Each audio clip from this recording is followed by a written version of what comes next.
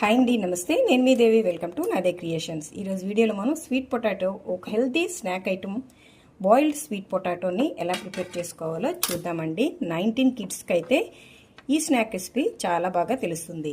ఇది చాలా టేస్ట్గా ఉంటుంది. తయారు చేసుకోవడం కూడా చాలా సులువు. మనకు తక్కువ టైంలో ఇది ప్రిపేర్ అయిపోతుంది. దీన్ని చిన్నపిల్లల నుంచి పండు ముసలి వరకు ఎవరైనా చక్కగా ఎంజాయ్ చేస్తూ తినచ్చు. మరి ఎంతో టేస్టీగా ఈ స్వీట్ పొటాటోతో బాయిల్డ్ స్నాక్ని ఎలా ప్రిపేర్ చేసుకోవాలో ఇప్పుడు మనం చూద్దాం. సింపుల్ స్వీట్ పొటాటో స్నాక్ కోసం ఇలా స్టవ్ మీద ఒక గిన్నెని పెట్టుకొని దాంట్లో కట్ చేసి కడిగేసి పెట్టుకున్న స్వీట్ పొటాటో ముక్కల్ని వేసేసుకోండి. ఇప్పుడు ఈ ముక్కల్లో జస్ట్ పించ్ ఆఫ్ సాల్ట్, ఒక అరకప్పు వరకు బెల్లం, అలాగే ముక్కలన్నీ మునిగేంత వరకు వాటర్ని పోసేసుకోండి.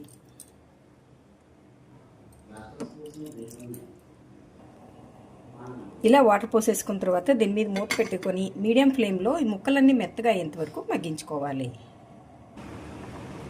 చూడండి, మనకి ముక్కలు మెత్తగా ఉడికిపోయాయి. ఇలా అంటే మనకి లోపలికి వెళ్ళిపోతుంది కదా.